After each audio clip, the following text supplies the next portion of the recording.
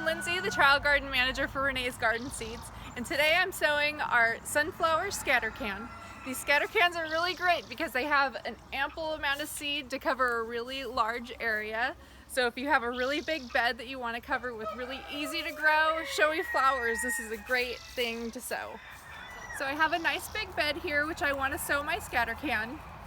And sunflowers will grow easily in ordinary soil, but if you do a little bit of prep, you'll have such a better outcome with your flowers. They'll be that much bigger and last that much longer, and you'll have such better results with a little bit of effort. So my bed here, I have worked the soil so it's nice and loose, so it'll be really easy to rake in your seeds. And I've added a little bit of all-purpose fertilizer, and I've added a good amount of finished compost. Sunflower seeds themselves, you'll see when you open the can, they're mixed with rice hulls, and that helps to broadcast the seed really evenly. So what I'm going to do is shake the can up really well to distribute the seeds within the rice hulls. Now open it up and remove the foil.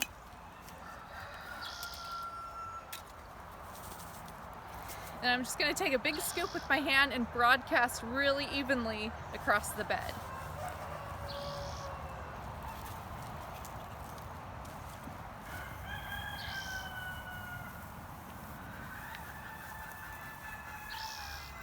The seeds themselves are pretty dark, but the rice hulls are very light in color, so it actually helps you to distribute the seeds really evenly.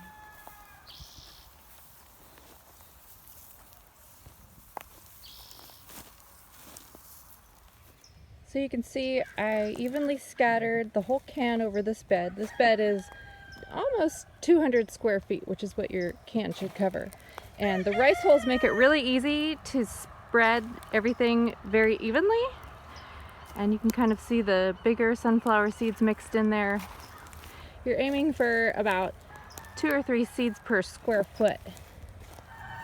So I have my flat rake, and I'm going to go across the bed and rake in the seeds to about a ½ inch to an inch deep.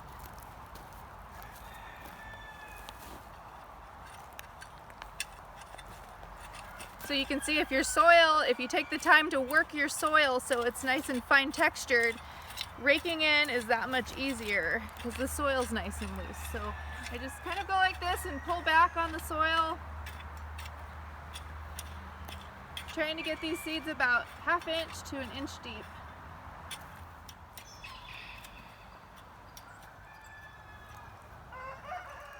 So it's really important to get all your seeds well covered so that they germinate well.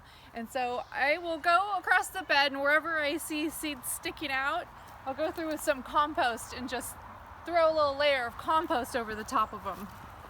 So I can see, there's some I can see on the surface still, so I'll just go through and shake a layer of compost onto the top so that they all have good soil contact. And so I'll just do this across the whole bed until I don't see any more seeds sticking out.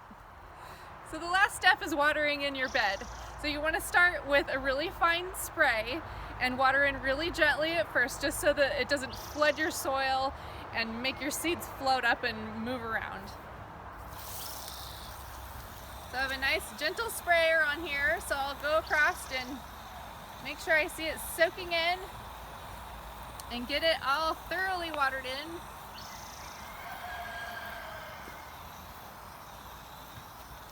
Okay, so I have my bed all watered in after I seeded. It's really important to water the soil in really well after you've seeded so that the soil gets good contact around the seeds and it settles the soil down after you've turned the soil and raked it up.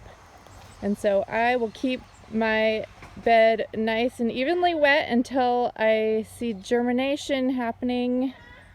So here we are back at our sunflower bed. It's been exactly 2 weeks since I sowed our scatter can of sunflowers, and I installed some bird netting on this bed because where we are we get a lot of birds that love to come pull out young seedlings, so it's protected. So I just wanted to show you the germination that we got, how it turned out. I'm going to go ahead and thin out our sunflower bed here. You can see there's spaces where I broadcast the seed and they landed pretty close together, so these are all way too close. And then there's some areas here and there where it's blank, so I can transplant more seedlings into that area. So wherever they're way too close, I'm aiming for 10 to 12 inches apart. I have my measuring tape stretched out here so I kind of see the spacing I'm going for. And I'll just go through and pull some out where they're too close.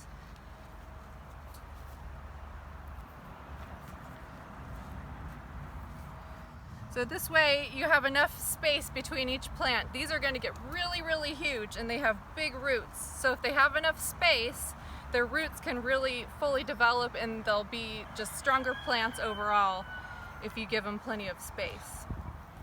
So now I'm going to dig one up and transplant it into this space where there's no seedlings growing.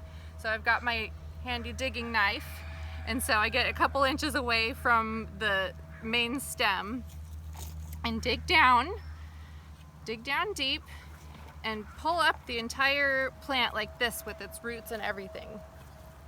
And then I'll just transplant right here. So we have one seedling in this space. And try not to disturb the roots. And fill in around, and then lightly push down just so that it stands up on its own. And then after we're done with all of our thinning, we're going to water in really well, because where you thin out seedlings that are really close together, ultimately you're going to disturb the roots of the plant that's next to the one you pulled out. So always you have to remember to water in thoroughly, especially after transplanting also. And so the transplanting, I wanted to say, wherever you're pulling out seedlings, if you just can't bear to throw them in the compost or you want extra plants for other spaces in your garden, you can transplant them and pot them up, or you can transplant them around other parts of the garden.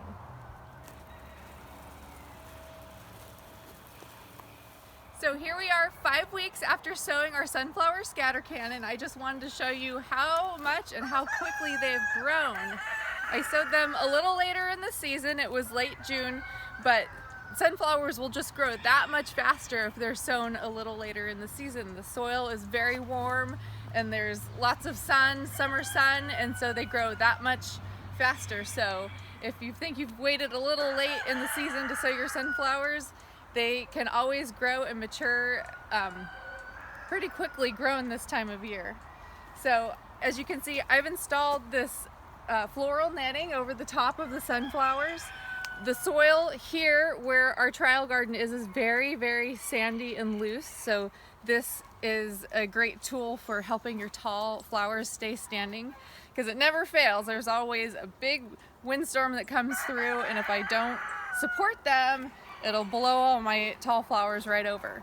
If you're in a garden that has much more dense clay soil where the roots can really take hold, sometimes you don't have to install netting like this and they'll grow just fine. So we'll come back in a couple weeks when they're much taller and blooming, and we'll see all the beautiful flowers that we get.